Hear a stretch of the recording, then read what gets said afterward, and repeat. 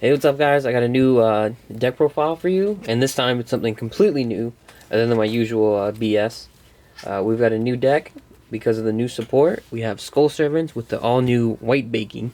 Um, this guy, he does an extremely valuable asset to the deck. He when he's sent to the graveyard, he can add any two cards that any two Skull Servant cards. They're like list Skull Servant. It's basically any card in the archetype, any two of them with different names, and then you discard a card. So you add like the White Prince and then the White Mare, and then White Prince goes off and sends 50,000 cards, and then you banish whatever and you activate the White Mare. It's really good. It's really consistent. It also has a protection effect in hand, which is really good if you don't finish them off and they try and pop your King of the Skull Servants or something. Then you just discard him, and then you do the sending thing all over again. You can protect him. It's really good. Uh, he's actually the only card in the archetype that's once per turn, but that doesn't really matter because, I mean, it would be nice to do his effect like not once per turn, but who cares, because it's modern that Yu-Gi-Oh just be a little bit too good, and the deck is actually really good as is. Moving on, we have three regular Skull Servants. This is like, I think like all of the cards, I think you need to play them at like three. Like everything is just too good not to play. Like everything just works in synergy so well that it's like playing anything less than three of everything is just like terrible. Even this guy, even though he's like a vanilla, he's just not that bad. He's a level one, so there's like Link Karibo and Relinquish Stamina and stuff to get rid of stuff and whatnot. We played three White Princess. She makes like everything lose 300 attack times their level or rank, which is like which adds up a lot, especially considering that like your main hitter is a level one, so he's gonna lose 300. He's gonna gain 1,000 because you send him to the grave, so he's gonna gain 700 instead. But that's still like really good. And they have all these big monsters with big levels and ranks, and they're just gonna lose 300 times that. So if they have like Dragoon or like Borreload Savage Dragon, they're gonna lose 2,400 attack, which is like they become like babies at that point. And she's also not once per turn. Oh, and she also has another effect. I hardly ever use it, but on normal or special summon, she sends White Prince to the graveyard, which is extremely good, because she's also not once per turn. Next we play three White Prince, the GOAT himself. He, I think he's like the main card in the deck. I think he's like the Black Stone of, I mean the Black Metal Dragon, the Cyber Dragon core. Like he's like your main hitter. Well, he's not hitting. That's King of the Soul Servants, but he sends two, specifically Skull Servant, like original, and because everything's Skull Servant in the graveyard, but he sends the original Skull Servant and he sends Lady in White to the graveyard, and then you can banish him and two other Skull Servants from the graveyard and summon King of the Skull Servants from the deck. But everything is Skull Servant in the graveyard, so you can banish anything, and then there's not that many recursion cards for banished, but we play things like Return from Different Dimension and whatnot, so you can get them back. Next we play three King of the Skull Servants. The main man himself, he has he gains 1,000 for each Skull Servant or King of the Skull Servants in the graveyard, so you can reach numbers of like 8 to 12,000 easily in a decent turn. And depending on what they have, like you're probably gonna finish them off, especially if you can link climb to like the Nightmares and whatnot, get rid of their field. If you have like blowout cards like Lightning Storm or whatnot, you can just like easily get rid of things and then just attack for a lot. And he also has a recursion effect. If he's destroyed by battle, you can banish a Skull Servant and bring him back from the graveyard. Next we have three Lady in Whites. She's probably my least favorite, but like over time she's gotten like, I've really like seen like her worth, and you have to play three because of the White Prince, so it's like there's no question about it. But she makes level 3 or lower zombies unaffected by spells and traps, other than herself, of course. Unaffected by spells and traps, and they cannot be destroyed by battle. Destroyed by battle is kind of lackluster because King of the Skull Servant is going to be like 10,000 anyway, so what are they going to run it over with? But and he brings himself back anyway. So that battle effect is like whatever, but that first effect to make things unaffected is just crazy. Not a lot of people see it coming just because it's Skull Servants. They just think big monster, go attack, but she really comes in clutch. Next we have three White Mares, which is something you can use to bring back. You discard it to bring back the King of the Skull Servants or the Lady in White while it's banished, and Is everything all right, cameraman? So you can discard it to bring back King of the Skull Servants or Lady in White from the banished zone. I think you special summon them, or you can put another White Mare or Skull Servant that are banished back in the graveyard. So like, it just it'll give you an extra boost on your King of the Skull Servants, and then put a monster in the field. I usually put Lady in White just for the protection. Next we play 3 Unizombies. Just getting that like Foolish Burial, and then like this guy's always starting up some kind of like Synchro play, which is like really fun in this deck with like the Chaos guy, or sometimes if you go first, you can go into like Beals, or I play Beals just because he was the homie back in the day, and he just seemed like fun. Beals and the other guy, Omega. Yeah, the only zombies being able to attack kind of sucks sometimes because it's like you just need that extra attack with whatever you synchro summon, but you just can't do it. But it's still like really good, like discarding to make them increase a level. For your synchro plays, or sending to grave is just the best part because there's so many options in this deck. Like everything is a zombie.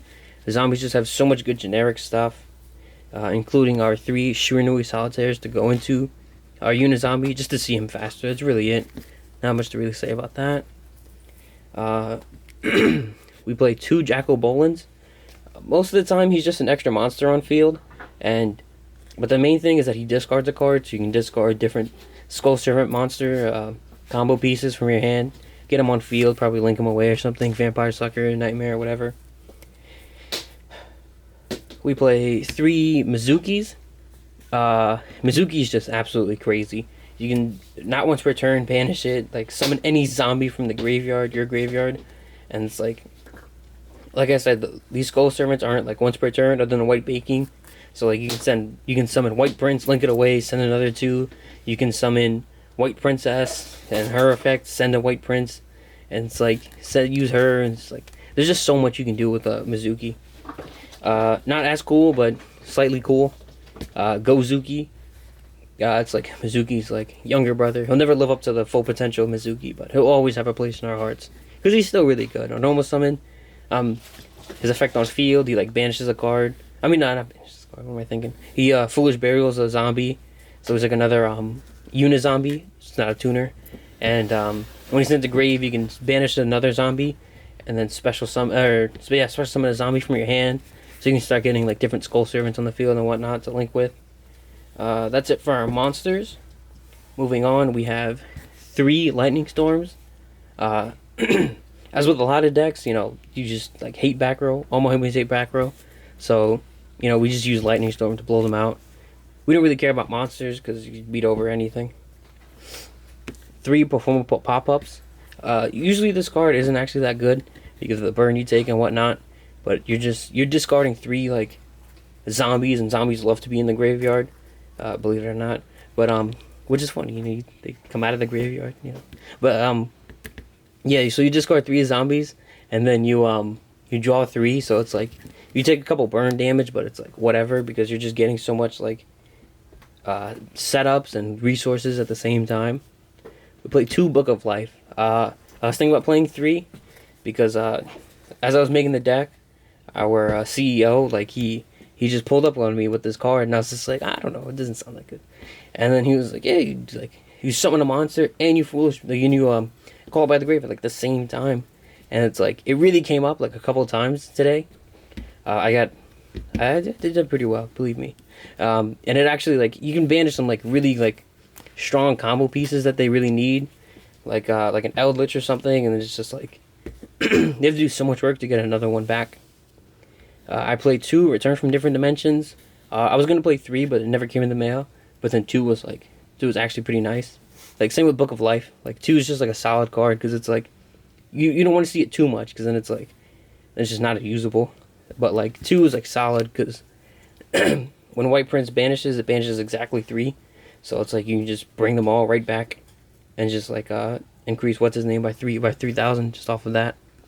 We play 4 really strong 1-ofs. We play Card Destruction, Reasoning, 1-for-1, and Foolish Burial. So that Foolish Burial will send something like White Prince, Mizuki, just get something in the graveyard. 1-for-1 could be the start of your combo or the end of your combo, because you can just 1-for-1 bring out King of the Skull Servants. Reasoning is to just get things in graveyard or just get like another monster in the field. Reasoning is always a really fun card. It's always really good. Like nothing in this card in this deck. It's like I don't want this in the graveyard at all because it's zombies. And card destruction, just discard, draw a card. So it's like really good. And our last three, small trap lineup, impermanence. We're going second deck, impermanence, lightning storms. Like using my solid going second stuff. Playing through an impermanence and then a lightning storm, and then it's like all this like random nonsense with going second decks. It's I think it's pretty solid because I don't like the thought of too many hand traps because they're just kind of bricky. Moving on to our extra deck, we're starting off with our. This is honestly, I went into this more than every other synchro because milling 4 and adding like a white mare or something is just absolutely crazy. It has an effect to bring itself back, but that's like completely irrelevant. I don't really care. I mean, it might come up for you for like some kind of link play or something, but the excavating part of the effect is just absolutely insane. Moving on, we have one Trishula. This is mainly like if we go first, or if they have like a little bit too much in like their hand field, hand field and graveyard, we can just get rid of them. It's not too difficult to go into this, like I said, with like Unizombie and whatnot. Like if you have like Unizombie, a level 4, and then you can bring back any like Skull Servant that's a level 1, it's pretty simple to go into. So we have one Beals. Going first, he's not the best because he's like just unicorn it away or something like that, or just non-target, just get rid of it. But going second, after you've like gotten rid of like a lot of their resources and you can't OTK them, you drop this. It's like now they have to scrounge up everything they can to try and out him, and hopefully they're not playing Flare Metal. We play one Omega. I like him going first because you can put something back from the banished pile to the graveyard, and he can take a card out. Not much to say about him. He's better for like slower games. You just keep taking in and bringing back stuff for your resources. Of course, we're going second, so we play a Black Rose Dragon. It's a pretty simple thing to go into. It's like one Unizombie effect, and then like a level 4, and then a level 3, like Lady in White or something, and then you can just blow up the whole field, and then use something, bring back a King of the Skull Servants, and it's like an empty field, and he's just gonna OTK. For our Link 1s, we play one Link Rebo and one Relinquished Anima. You can play Almirage. I really don't like Almirage. Like, I absolutely despise Almirage. Like, completely. And, but Link Rebo is like, I just like the arrow pointing down because of like the Nightmare, so you can discard, pop something, draw a card, and get a lot of resources. And Anima, it's like, no matter how relevant like level 1s are, it's like sometimes like people will play into the Anima, and you can just take something basically for free. And it's always nice when he's going second decks. I play one Union Carrier. This is kind of weird. Like it looks kind of weird, but hear me out on this, guys. So you can target a zombie, or even Union Carrier itself, and equip White Princess because it's a light zombie. And then it says you can send it like from the field to the grave. If I'm wrong about that, let me know. If I am wrong, I cheated a couple times today. That's probably why I won, but who cares? Yeah, you can send it from hand or field to the grave, and then everything loses 300. 300 times their level or rank, and King of the Skull Servants gains another 1,000. So it's like, so I just think it's really solid to like put another White Princess in grave, and lower their attack at the same time. 2 Vampire Suckers. You're hardly ever gonna go into 2, but I played 2. Why is this in a different color sleeve? I played 2 because our side deck is like regular zombie stuff. So when we go first, we might go into one, we might go into another one later if we can't OTK right away. And it just, you can draw a card if you summon from the graveyard. That's the main thing. Like just drawing that extra card is really nice. We play one Avenged Saver. Believe it or not, as bad as this card is, or people have told me, I go into this more than Vampire Sucker, because you just declare an attack, and then if you haven't used Wightbaking, you send that, and then Wightbaking is just putting a bunch of stuff in the graveyard. You put the White Prince and whatnot. You add a White Princess, and then you just get so much like off this one card in the battle phase, and then like King of the Skull Servants, if hopefully you already have it on the field, it just gets boosted by so much. It's crazy. We play the Nightmare package. Collector's rare run. But we play one Phoenix, one Cerberus, who's not a collector's rare, and one Unicorn. This is just like, we just keep link climbing and keep co-linking. I do the same thing in my fossil deck. It's like a really fun thing to do because you get to take out so many resources, and while you're co-linked, you know, you're like drawing cards, and the stuff you're discarding is hopefully like really good for like your advantage. So it's like helping you move along while taking out them. And then for our last card, seems a little weird, but I play one Bull Sword just because I don't know, I just thought it would come up. I do the same thing in fossils, so I was like, maybe it'll work out, maybe it won't. I never really went into them because I never link climbed that much. But you know, if you have another link for, like maybe like a board load instead, like if they have something like an Avermax or something, you can just take it or whatever. That's it for the extra deck. Usually we don't show side decks, but I had a little something special for you guys today, so I thought I'd show it off. So for our side deck, we have 3 Eradicate Epidemic Virus, because we're going first, and it's really easy to get King of the Skull Servants at over 2,500, yeah. So, and he's a dark monster, so you can Eradicator them, and they won't see it coming. Because you're going second deck, so they're probably going to make you go first. And then we side into 3 Zombie Worlds. These next few cards are just self-explanatory, just random. I mean, not random. It's very thought out zombie stuff. So Zombie World, 3 Doom King Balderoks. Just because Doom King and the Zombie World package and whatnot, they just have a lot of going first stuff. Like they build a lot of a better board than I could with Skull Servants, so it's just a better option. And then 3 Necroworld Banshees to search our Zombie World.